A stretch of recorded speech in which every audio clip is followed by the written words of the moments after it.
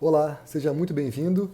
Esse vídeo é sobre suporte avançado de vida em cardiologia, portanto vamos falar dos cuidados durante uma reanimação cardiopulmonar e vamos tentar sistematizar o passo a passo para que você faça de forma automática quando você estiver de frente a um paciente com uma parada cardiorrespiratória. Obviamente, quando falamos de parada cardíaca, parada cardiorrespiratória, estamos incluindo nesse assunto os cuidados pós-PCR, que são tão importantes quanto as suas manobras de reanimação cardiopulmonar. Então vamos lá. Por que a gente tem que saber isso? Bom, não existe emergência médica maior do que o atendimento a uma parada cardiorrespiratória. Naquele momento, todas as ações adotadas por você são cruciais para o sucesso na sua reanimação cardiopulmonar. Não dá tempo de você voltar e se preparar melhor para depois sim fazer o que seria o seu melhor. Você deve estar preparado e capacitado antes que aquela emergência aconteça. Então você deve se preparar nesse momento agora e saber o que você vai fazer para que o medo ou o nervosismo não te dominem e prejudiquem as suas ações.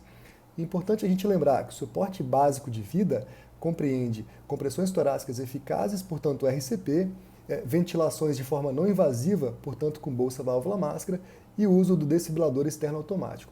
O suporte avançado de vida compreende todos esses conceitos e mais o manejo de drogas e o manejo avançado de via aérea. Bom, essa é a sequência básica de atendimento a qualquer caso de PCR. Em qualquer ambiente que eu esteja, eu vou fazer a sistematização inicial de forma a não retardar o meu reconhecimento de uma PCR e os meus esforços iniciais de ressuscitação cardiopulmonar. Então, estou chegando até o paciente e verifico a segurança da cena. Cena segura, cheguei no paciente que esteja inconsciente, eu verifico a responsividade. Se o paciente não responde, ele pode estar em PCR, eu peço ajuda, peço o desfibrilador. Se eu estiver em ambiente hospitalar, o que eu peço de desfibrilador é um carrinho de emergência com desfibrilador. Essa mão que pediu ajuda e pediu o desfibrilador, volta e checa o pulso carotídeo do paciente. Ao mesmo tempo que eu verifico o pulso, eu verifico se há movimentos respiratórios. Faço essa checagem por 5 a 10 segundos. Se não tem pulso e não respira, o paciente realmente está em PCR, eu inicio imediatamente as compressões torácicas. Faço compressões ininterruptas se eu estiver sozinho, ou se chegar ajuda e eu puder fazer compressões sincronizando com as ventilações, eu faço 30 compressões para 2 ventilações. E assim que chegar o desfibrilador, assim que ele estiver disponível, eu quero utilizá-lo e verificar qual é o ritmo cardíaco. Quero saber se o ritmo é chocável ou não. Se for um ritmo chocável, eu quero desfibrilar o paciente. Logo depois da desfibrilação, eu volto a fazer compressões e só verifico o ritmo cardíaco novamente depois de 2 minutos que eu reiniciei as compressões. Para fazer RCP de alta qualidade, vamos ter que respeitar os 6 mandamentos da RCP. Vamos ler junto, vamos lá. 1. Comprimirás no centro do tórax com força e rapidez, 5 a 6 centímetros de profundidade e 100 a 120 compressões por minuto de frequência. 2. Permitirás o retorno total do tórax. Eu tenho que comprimir e descomprimir adequadamente. 3. Minimizarás interrupções nas compressões, a no máximo 10 segundos. Então eu faço compressões de forma ininterrupta, compressões de alta qualidade. E se eu tiver que interromper, que eu o faça por no máximo 10 segundos. 4. Alternarás a pessoa que aplica as compressões a cada 2 minutos. Mas se a pessoa ficar exausta antes de 2 minutos, eu já posso trocar imediatamente, de forma que eu não comprometa as compressões e a qualidade da RCP. 5. Se o paciente não tem uma via aérea avançada, farás relação compressões e ventilações de 30 para 2. Então, se ele não está entubado ou não tem uma máscara laríngea, eu faço 30 compressões para 2 ventilações. Eu não fico ventilando enquanto o outro componente da equipe fica fazendo as compressões. Eu faço isso de forma organizada. Eu vou desincronizar compressões e ventilações se o paciente estiver entubado ou tiver com uma máscara laríngea. Portanto, se ele estiver com uma via aérea avançada. E 6. Retomará as compressões imediatamente após uma desfibrilação. Então, fiz a desfibrilação, apliquei o choque, eu não fico olhando para o paciente, nem procurando o pulso e nem olhando para o ritmo cardíaco. Eu fiz o choque e volto direto para compressões torácicas e só verifico o ritmo novamente 2 minutos depois. Ou eu paro as compressões se o paciente apresentar sinais de retorno da circulação espontânea. Se ele mostrar que voltou, se ele falar, respirar, se mexer ou abrir o olho, isso é sinal de que ele está vivo, aí eu paro as compressões antes de completar 2 minutos do meu reinício. Como que eu vou ventilar um paciente em PCR? Bom, eu posso ventilar o paciente com manobras básicas, fazendo ventilação com bolsa, válvula, máscara, como estão as figuras à esquerda. Primeiro eu faço a manobra de inclinação da cabeça e elevação do queixo, de forma a desobstruir a via aérea. E aí eu faço as 2 ventilações de resgate, ou seja, eu faço 30 compressões e logo depois as 2 ventilações, inclinando a cabeça e elevando o queixo, e ventilando, portanto, contra uma via aérea desobstruída. Essas 2 ventilações devem ter uma duração de aproximadamente 1 segundo cada ventilação. Eu devo observar a elevação do tórax a cada ventilação que eu faço. Então, eu respeito a sincronização de compressões e ventilações de 30 para 2, se o paciente não tiver uma via aérea avançada. No caso de ele já ter uma via aérea avançada, ou se eu fizer uma intubação orotraqueal ou a inserção de uma máscara laríngea, aí eu mudo a frequência e a relação das compressões e ventilações. Agora, eu não sincronizo mais compressões com ventilações, eu faço compressões ininterruptas e as ventilações são feitas uma a cada 6 segundos. Se eu precisar entubar esse paciente, eu devo fazê-lo de forma a não interromper as compressões torácicas. Ou se for necessário interromper as compressões, que isso ocorra por no máximo 10 segundos. Então, o manejo ideal da via aérea será com intubação orotraqueal, mas ela pode eventualmente interromper demais as compressões torácicas e isso pode ser ruim. Então, eu posso ter como opção o uso de um dispositivo supraglótico, como por exemplo uma máscara laríngea ou um tubo laríngeo. Esses dispositivos, como está demonstrado aí à direita, a máscara laríngea, não requerem laringoscopia direta, então faço inserção às cegas. Isso pode ser muito útil no caso de uma emergência ou de uma parada cardiorrespiratória, porque eu definitivamente não vou interromper compressões para laringoscopar e visualizar a glote e as cordas vocais. Eu vou inserir às cegas a máscara laríngea, ela deve ventilar muito bem o paciente e eu realmente não paro as compressões e eu posso, depois que o paciente tiver retorno da circulação espontânea, obter uma via aérea avançada com intubação orotraqueal, fazendo, portanto, a troca da máscara laríngea por um tubo orotraqueal. E para fazer uma boa ventilação, qual que vai ser a dica? Bom, primeira coisa é evitar ventilação excessiva. A hiperventilação pode aumentar a pressão intratorácica, isso reduz o retorno venoso e leva à redução de débito cardíaco. Então ventila na frequência certa, conforme o tipo de via aérea que você está manejando, se é básico ou avançada. Se for um caso de ritmo chocável, FV ou TV sem pulso, geralmente nem é necessário entubar nos primeiros minutos. Você pode ventilar bem com bolsa válvula máscara e somente considerar uma intubação orotraqueal ou uma máscara laríngea depois de alguns minutos de refratariedade da FV em caso de RCP de alta qualidade e desfibrilação adequada. Terceira dica, se for um caso de AESP ou assistolia, aí sim você tem hipóxia como uma causa comum e você pode considerar precocemente uma via aérea avançada, desde que isso não interrompa as suas compressões torácicas. E claro, dentro de um raciocínio clínico para os diagnósticos possíveis. Se você tem hipóxia como uma causa muito provável, ou você não pôde descartar a hipóxia, claro que aí sim seria bem razoável você considerar uma intubação orotraqueal ou uma máscara laríngea, portanto uma via aérea avançada. Outra dica, cada ventilação deve durar 1 segundo, nada de comprimir muito rápido a bolsa, faz uma ventilação a cada 6 segundos e essa compressão da bolsa e a sua descompressão deve durar aproximadamente 1 segundo. E a última dica, se o paciente tem uma via aérea avançada durante a PCR, você deve fazer uma ventilação a cada 6 segundos, sem sincronizar com as compressões. Mais uma vez, evite hiperventilação. Vamos imaginar então que eu tenho um paciente em PCR. Eu sistematizei minhas ações iniciais, reconheci PCR, iniciei as compressões e as ventilações. E assim que está disponível o desfibrilador, eu quero verificar logo qual é o ritmo cardíaco. Então não para as compressões, ele chegou, alguém está preparando o desfibrilador, começou a verificar o ritmo, aí sim eu paro as compressões torácicas e permito a análise do ritmo. Eu quero saber agora se o ritmo é chocável ou não chocável. Então, se for um ritmo chocável, o braço de cima, eu vou aplicar imediatamente a desfibrilação cardíaca e vou voltar logo a fazer as compressões. Faço durante 2 minutos e só verifico o ritmo novamente 2 minutos depois, então, que eu reiniciei as compressões. Se o ritmo for não chocável, a ESP ou a sistolia, obviamente eu não faço a desfibrilação, volto logo a fazer compressões e aí ao longo desses 2 minutos de compressões eu já tenho uma diferença para o braço de cima, que é a primeira dose de medicação, que vai ser epinefrina. Eu faço logo 1 miligrama de epinefrina ao longo desses 2 minutos de compressões e 2 minutos depois, então, é que eu verifico novamente o ritmo cardíaco.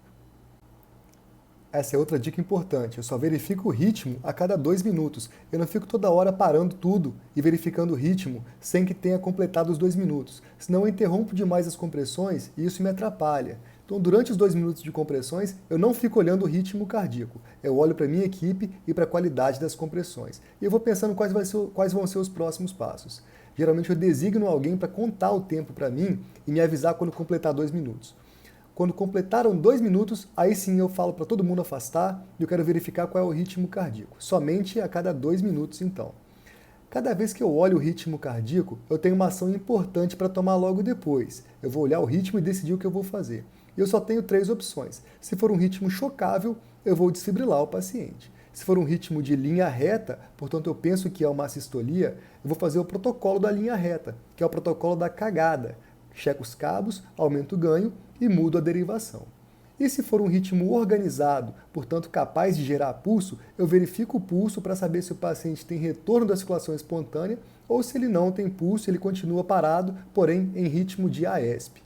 Então eu faço isso a cada 2 minutos e toda vez que eu paro para olhar o ritmo, eu penso que eu vou ter alguma ação para tomar logo depois e fico preparado para isso. Reiniciei as compressões, só vou verificar novamente o ritmo 2 minutos depois. Não fico olhando para o ritmo ao longo desses 2 minutos.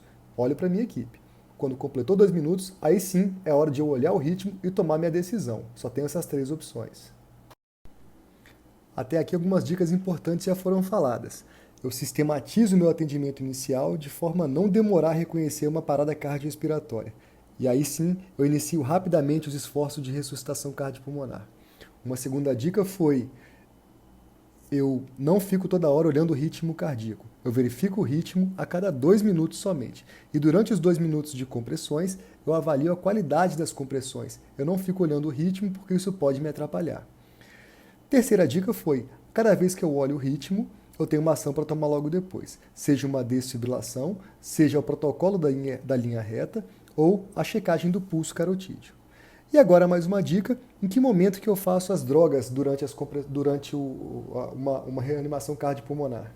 Eu faço medicações durante os ciclos de RCP. Eu não faço na hora de verificar o ritmo e tomar minha ação logo depois de verificar o ritmo. Esse é um momento muito nobre. Eu me preparo para analisar o ritmo e tomar uma das 3 ações. E ao longo dos 2 minutos de compressões, depois que eu reinicio, aí sim eu tenho tempo para pensar em qual medicação que eu vou fazer. E eu faço a medicação, então, durante esses 2 minutos de compressões e ventilações. Então, por exemplo, se eu tenho um paciente no ritmo chocável, FV ou TV sem pulso, eu apliquei a desfibrilação o mais rápido possível, voltei a fazer compressões e faço por 2 minutos.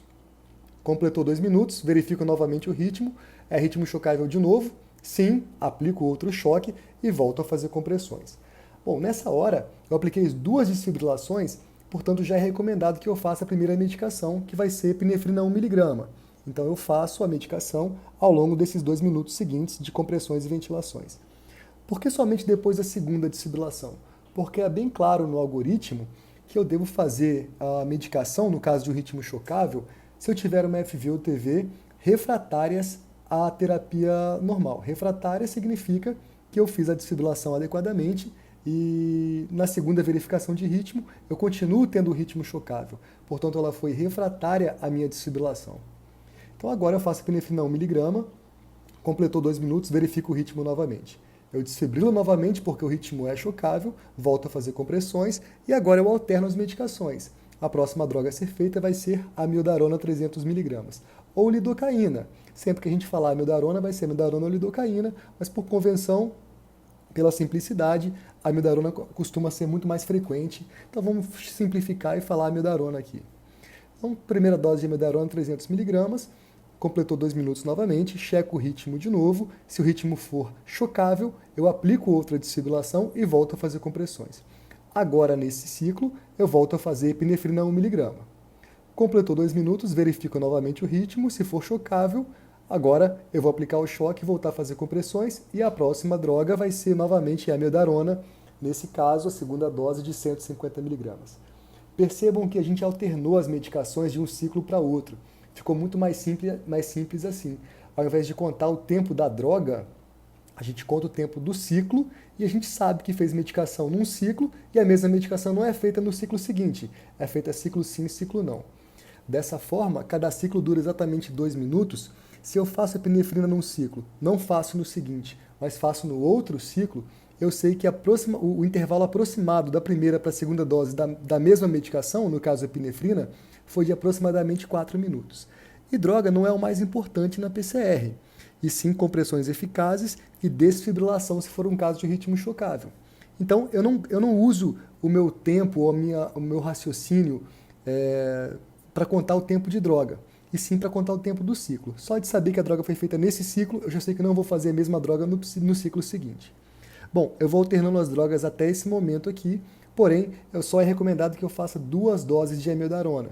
Então depois eu vou fazer epinefrina somente, ciclo sim, ciclo não. Um ciclo eu não faço nenhuma droga e no outro eu faço epinefrina. E eu faço epinefrina a cada 4 minutos aproximadamente. Já num ritmo não chocável, portanto a AESP ou a sistolia, eu devo fazer a medicação o mais precoce possível. Então eu faço epinefrina 1mg logo depois que eu reinicio as compressões. Devo fazer o mais precoce possível e isso significa fazer no primeiro ciclo depois que eu verifico o ritmo cardíaco. E eu não fico toda hora fazendo droga, como alguém já deve ter visto. Eu não fico, faz droga, epinefrina, repete epinefrina. Eu faço nesse ciclo, não faço no ciclo seguinte e faço somente no outro ciclo. E aí o intervalo aproximado da primeira para a segunda dose vai ser de 4 minutos. Eu posso utilizar alguns membros da equipe para ajudar a contar. Então eu designo alguém para contar o tempo e marcar e anotar as ações que estão sendo feitas. Essa pessoa vai me avisar, eventualmente, se eu quiser fazer droga em momento errado, a pessoa me fala, olha, você fez epinefrina no ciclo passado, o ritmo é não chocável, não precisamos fazer agora, vamos deixar para o ciclo seguinte, estamos marcando tempo de 2 minutos a cada ciclo. Assim fica muito mais fácil. E eu não faço amiodarona nesse ritmo não chocável de PCR. Mas aqui temos uma diferença. Quando eu penso em ritmo não chocável, a AESP ou a sistolia, eu penso logo em causas reversíveis. Eu não demoro a pensar nas possibilidades diagnósticas e tratá-las se for necessário. Se for possível eu pensar numa coisa muito provável e começar a tratá-la inclusive durante a PCR, isso vai ser muito bem-vindo. Então eu devo começar a associar a AESP e a sistolia com causas reversíveis. Para isso eu vou pensar nos 5Hs e 5Ts, que são 10 grandes possibilidades diagnósticas nos pacientes com parada cardíaca em AESP ou assistolia. Eu penso logo desde o início. Como que eu devo começar a pesquisar essas possibilidades diagnósticas aí? Bom, eu começo a pensar na história clínica, eu quero saber alguma informação que me leve a esses diagnósticos, né? Eu não vou tratar 10 grandes causas aí ao mesmo tempo. Eu vou pensar no que é mais razoável, mais provável para esse paciente. Então, eu vou pedir para alguém conversar com o familiar, ou buscar informação, ou pegar um relatório médico, ou acessar o prontuário do paciente, se ele estiver disponível, e vamos ter informações clínicas a respeito do estado clínico pré-PCR. Como que o paciente estava antes de ele entrar em PCR. Se alguma equipe médica ou de enfermagem fez algum atendimento, essa informação vai ser muito valiosa. Queremos saber então se é mais provável, por exemplo, que ele tenha hipóxia como causa, ou um infarto agudo do miocárdio, ou um TEP, ou um distúrbio do potássio, por exemplo, e é essa informação clínica que vai me orientar quanto à possibilidade diagnóstica. Se for possível, façamos nesse momento já o início do tratamento que vai ser recomendado para ele. Isso vai ser importante para que ele saia da PCR, para que ele volte e para que ele tenha êxito depois no seu tratamento definitivo, para que não tenha uma nova PCR e vá a óbito. Para que eu aplique uma desfibrilação, é fundamental que eu conheça o meu aparelho de desfibrilador antes que ocorra uma emergência. Então, isso aqui é um exemplo de um desfibrilador. Existem várias marcas e modelos no mercado, mas todos fazem a mesma função, que é aplicar um choque para o paciente.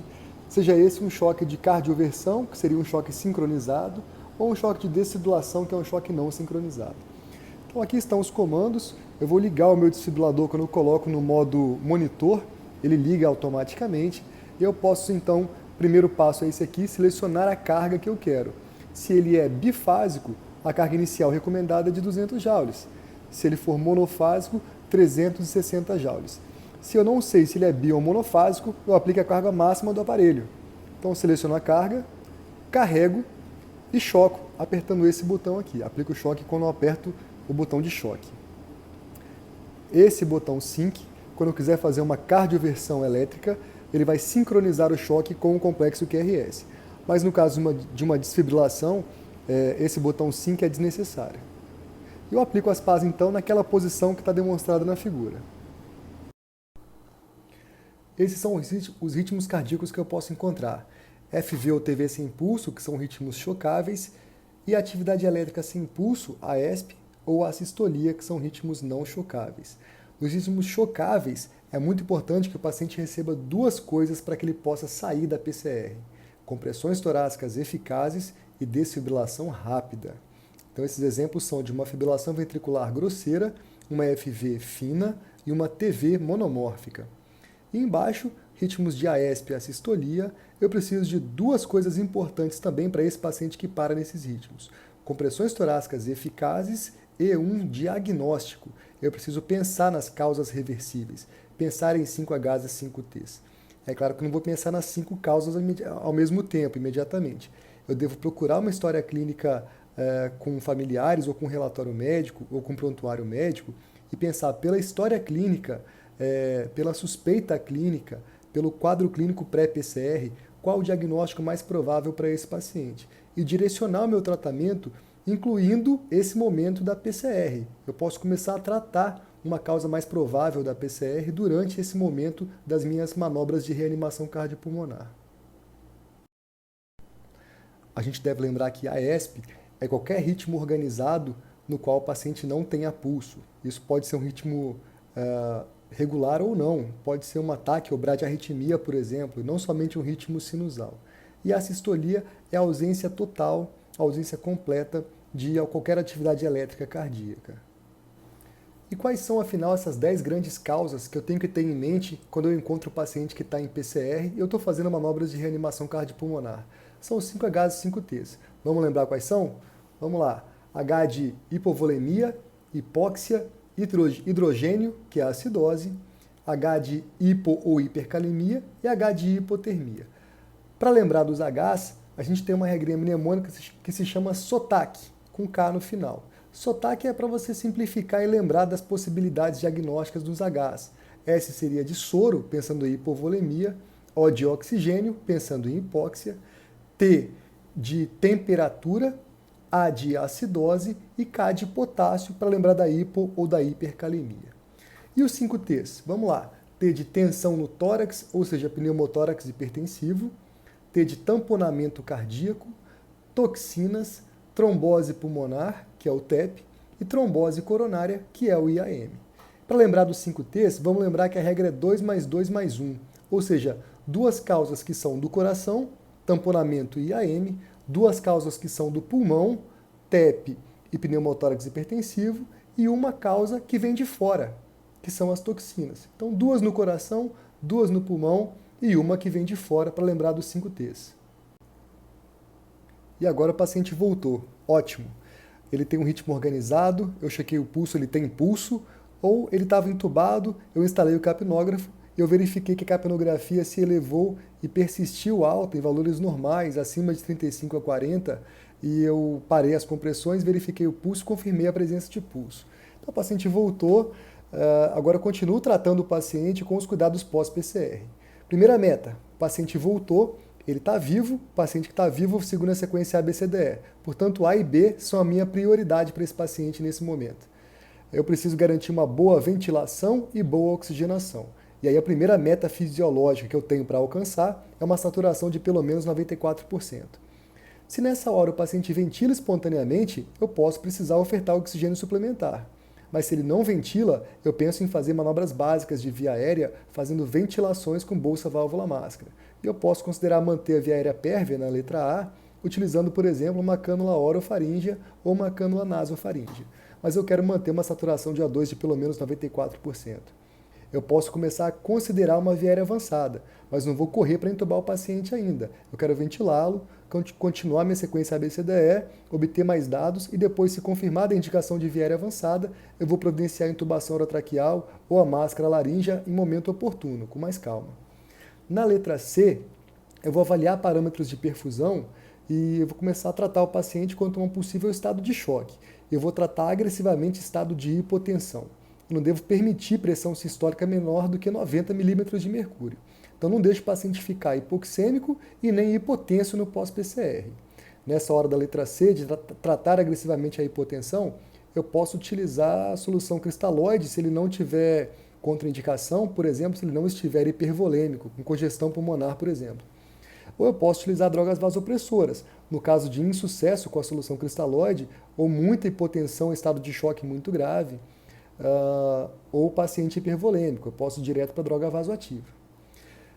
Bom, eu continuo considerando as causas reversíveis e tratar essas possíveis causas, então eu quero confirmar e tratar a possibilidade diagnóstica maior desse paciente nesse momento. Eu posso continuar avaliando e chego na letra D de avaliar a parte neurológica, e se o paciente continua comatoso no pós-PCR, a despeito da minha intervenção inicial de estabilização clínica, eu posso considerar uma medida neuroprotetora para ele. E a única medida neuroprotetora eficaz, comprovadamente eficaz, é o controle direcionado de temperatura, ou seja, a indução de hipotermia terapêutica. O alvo terapêutico do controle da temperatura é 32 a 36 graus por pelo menos 24 horas. Eu mantenho o mais estável possível dentro dessa faixa, num valor dentro dessa faixa, dentro de um protocolo institucional. Eu não devo fazer da minha própria cabeça e variar demais a temperatura, e isso pode ser bastante deletério. Então eu devo obedecer a um protocolo institucional, o paciente deve ficar com esse alvo de temperatura por pelo menos 24 horas, com controle rigoroso de temperatura central, geralmente por catéter esofágico, ou por sonda vesical de demora, ou por um catéter de artéria pulmonar, o catéter de Swan-Ganz. Eu posso considerar alguns exames gerais de um paciente crítico, como, por exemplo, bioquímica, gasometria arterial, hemograma, e, se for pertinente, um eletrocardiograma no pós-PCR vai ser bem interessante. É claro que eu não devo ficar confuso quanto a isso. Se o paciente tem como uma possibilidade diagnóstica, por exemplo, um infarto, vai ser interessante eu repetir o eletrocardiograma e considerar isso como causa. Mas é a história clínica que deve guiar esses exames complementares nesse momento. Então, o eletrocardiograma pode vir com várias alterações no pós-PCR, seja por qualquer motivo. Então, eu devo ter isso em mente, eu não devo ficar somente apegado às alterações eletrocardiográficas, por exemplo, num paciente que tem, obviamente, uma PCR por causa hipoxêmica, por hipóxia. Então, eu devo avaliar as alterações sim, mas julgar o eletrocardiograma frente ao quadro clínico e a minha suspeita clínica. E se eu tenho o IAM como uma forte possibilidade, a causa mais provável é IAM, é um paciente que teve sintomas anginosos antes da PCR, tem fatores de risco cardiovascular, eu devo considerar fortemente uma coronariografia de urgência, o cateterismo cardíaco de urgência, e fazer reperfusão coronária com o ICP, intervenção coronária percutânea, se for indicado. No caso de um infarto com supra, eu não devo ter dúvida. A melhor conduta vai ser o cateterismo cardíaco de urgência visando o ICP primária. Mas no caso de uma síndrome coronária aguda sem supra de ST, mas com alterações eletrocardiográficas sugestivas de isquemia, e eu não tenho outra hipótese mais razoável para esse paciente nesse momento, essa é a principal hipótese, mesmo sendo uma síndrome coronária aguda sem supra de ST, essa conduta de cateterismo cardíaco de urgência também não estaria errada, estaria bem indicada. Quanto mais precoce o tratamento, quanto mais agressivo, melhor para o paciente. Então eu vou considerar a mesma conduta num paciente que tem uma forte suspeita de síndrome coronária aguda como causa da PCR. Mensagens finais dessa aula, vamos lá. Primeira coisa é treinar e se capacitar bastante na sistematização inicial. Em qualquer ambiente que você esteja, é importante que você pense em PCR e não retarde o seu diagnóstico de PCR. Isso vai antecipar os seus esforços de reanimação cardiopulmonar e vai aumentar muito as chances do paciente sair. Então, treinar a sistematização inicial e reconhecer rapidamente a PCR. Segunda dica, eu quero verificar o ritmo cardíaco o mais rápido possível da primeira vez, mas depois eu só vou olhar o ritmo cardíaco a cada 2 minutos de RCP. Então eu não fico parando toda hora e olhando o ritmo cardíaco. Isso vai me atrapalhar. Eu vou me enganar achando que o ritmo está organizado, mas isso é por causa das compressões torácicas. Então eu peço para alguém da minha equipe marcar o tempo, marcar as ações que estão sendo feitas e me avisar quando completar 2 minutos. E aí eu só olho o ritmo a cada 2 minutos. Terceira dica. Toda vez que eu olhar o ritmo, eu tenho alguma ação importante para fazer logo depois. Então, olhei o ritmo, eu estou preparado para fazer uma das 3 ações. Ou eu vou desfibrilar, se for um ritmo chocável, ou eu vou fazer o protocolo da linha reta, o protocolo da cagada, se eu tiver um ritmo de linha reta, ou eu vou checar o pulso, se for um ritmo organizado, capaz de gerar pulso. E aí eu vou distinguir entre AESP ou retorno da circulação espontânea, se ele não tiver ou se ele tiver pulso, respectivamente. Então, na hora que eu olho o ritmo, eu estou preparado para tomar uma das 3 ações. Toda vez que eu olhar o ritmo, vou fazer uma das 3 coisas. E volto logo para RCP depois, se o paciente continua em PCR, no caso de um ritmo organizado, por exemplo, e ele não tem pulso. Eu volto logo para as compressões. Ou eu desfibrilei, volto logo para as compressões. Ou fiz protocolo da linha reta, confirmei linha reta, portanto confirmei a sistolia, volto logo para compressões. Eu me preparo para tomar alguma ação importante. E outra dica é, só faço medicações durante os ciclos de compressões. Então, essa hora de olhar o ritmo e tomar uma ação logo depois é uma hora muito nobre. Eu não fico confundindo com medicação nessa hora aí. Eu só faço medicação ao longo dos 2 minutos. É tempo suficiente para eu me comunicar com a equipe, saber qual vai ser minha próxima ação, saber se as compressões estão eficazes, se é o momento ou não de obter uma VR avançada e saber se é hora de fazer medicação ou não. Ok? E a quinta e última dica, tenta associar a ESP e a sistolia, ritmos não chocáveis, com causas reversíveis. Quando você fala alto qual ritmo de PCR o paciente se encontra, quando você volta a fazer compressões, é hora de você relaxar e pensar um pouco mais. Deixar os 2 minutos correrem porque é tempo suficiente para você pensar nas próximas ações. Então o paciente voltou para as compressões, você respira um pouquinho e fala qual o ritmo que o paciente se encontra. Se você falar que é ritmo não chocável, a ESP ou a sistolia, pense logo em causas reversíveis. Não retarde a chance que você tem de pensar e definir qual é o diagnóstico do paciente e começar a tratá-lo o mais rápido possível, inclusive durante a PCR. Bom, essas são as dicas aqui dessa videoaula. Espero que tenha sido útil. Espero que a gente treine o mais breve possível, de forma prática, deixando esses conhecimentos bem automáticos na sua execução e nas suas habilidades. Convido todos vocês a conhecerem o Centro de Simulação Vitória Grantec, uma estrutura invejável, com uma equipe formidável para treinar e se capacitar em vários assuntos, especialmente as emergências médicas. A equipe tem uma expertise muito grande nesse assunto e todos vocês estão convidados a participarem, a conhecerem, venha conferir, vale muito a pena. O Centro de Simulação Vitória Grantec é o único centro de treinamento da American Heart Association no estado. Então, a sociedade cardiológica de maior prestígio internacional está muito bem representada no nosso estado, com essa equipe que há muitos anos já tem essa certificação e mantém com uma grande qualidade o nível de excelência que foi atingido quando obteve essa certificação. Um grande abraço e até a próxima.